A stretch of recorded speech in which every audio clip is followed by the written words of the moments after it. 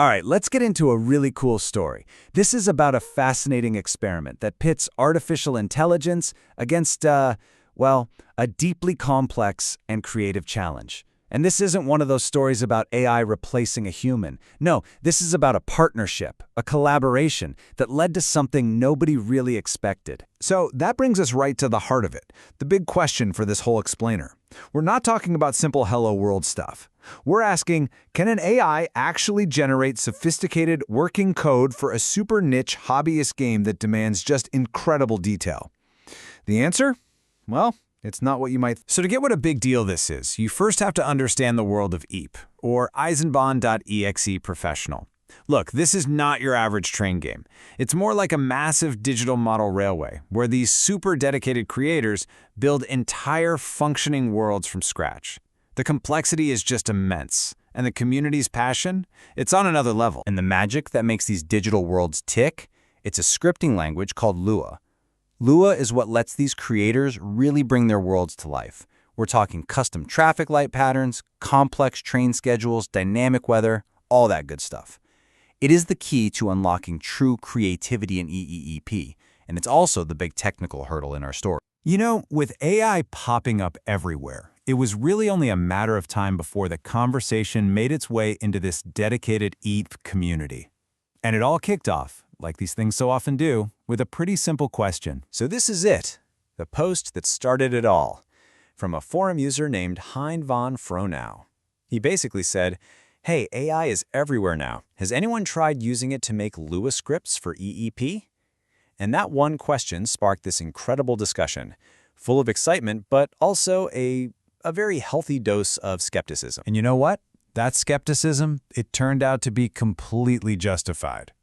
The community's first few attempts at using AI, well, they didn't go so great. In fact, they hit some pretty major walls. A very knowledgeable forum member, Jürgen Scham, just hit the nail on the head with this comment. He pointed out that the AI doesn't just say, I don't know. Instead, it gets creative. It was confidently making up code that looked like it might work, but was just fundamentally broken. It was hallucinating. And for coding, that's a disaster. And the proof was in the pudding. One user tried to get ChatGPT to script a tram control system. It gave a nice-sounding plan, but the code itself was a mess of errors. Another person asked NotebookLM for a German traffic light script. The AI spat something out, but the logic was all wrong for German signals, and the code was a nightmare to work with. So the verdict came back pretty quickly. Sure, the AI can write code, but it's often so flawed that you'd have to be an expert just to fix it. Right when it looked like AI was a total bust for EAP, one hobbyist decided, you know what, I'm going to try something completely different. And this is where the story really gets good. This is our innovator, a hobbyist programmer named Mike Butha, who goes by B-Mike in the forums. He had this brilliant realization. Maybe the problem wasn't the AI, but how they were using it. He wasn't just going to ask the AI for code. Nope. He was going to become its teacher. And his method was just genius. First, he picked the right tool for the job, NotebookLM, an AI you can train on specific documents. Then, instead of just hoping for the best, he gave it a custom education. He fed it the official EIP Lua programming manual. He even gave it links to his own YouTube tutorials on the topic. He essentially built it a custom EIP curriculum. And only then, after the AI was educated, did he ask his question. And look at how clear and specific his request was. This isn't some vague, hey, make me a weather script. It's a precise set of instructions with exact timings, a clear cycle. He told his newly trained AI partner exactly what a successful outcome would look like. So, the stage was set.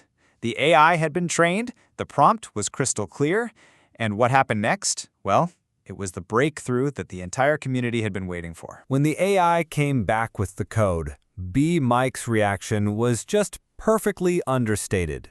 He said it was gar nicht mal schlecht, which basically means not bad at all.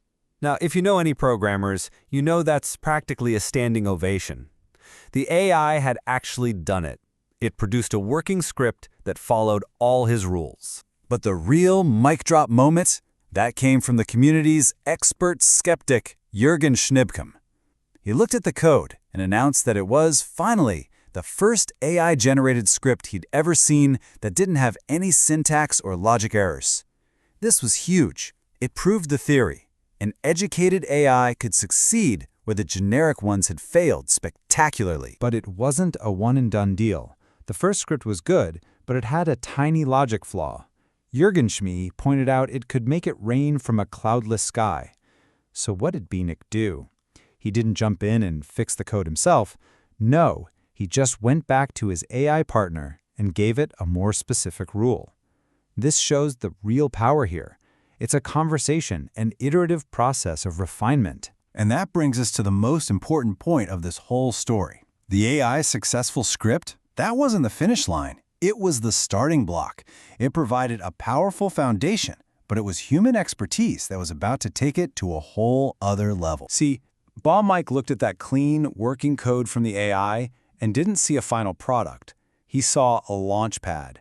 He took that solid base and started weaving his own deep knowledge into it, transforming a simple script into a breathtakingly complex simulation module. I mean, just look at the difference here. The AI gave a basic weather framework. The final human-refined module, it has advanced logic, it syncs with online weather data, it has seasonal presets, and then look at that last row, a driving ban module. That was something the AI never even thought of. That came entirely from Mike's human creativity and expertise, modeling truck restrictions based on actual German law. The final module is just incredible. It syncs weather with real-world data, it knows what season it is, it calculates public holidays to enforce truck driving bans. It even controls school bus traffic based on the time of day. This level of complex, interconnected logic was way beyond the initial AI prompt, but that solid foundation is what made it all possible. And what was the big takeaway for our innovator, Mike? He said he's going to use AI as food for thought, a tool to help him figure out how to tackle smaller programming problems. See, it's not a replacement for his skill. It's a partner that helps him get past the boring stuff so he can focus on the truly creative, big-picture features. So in the end, this story shows something so important. AI isn't here to replace us. It's here to amplify our expertise. Mike Buth succeeded because he combined his own deep knowledge with a powerful new tool. And that leaves us with a final question for you. What complex, creative problem in your world, in your work, or in your hobbies could you tackle if you treated an AI as your educated, creative partner?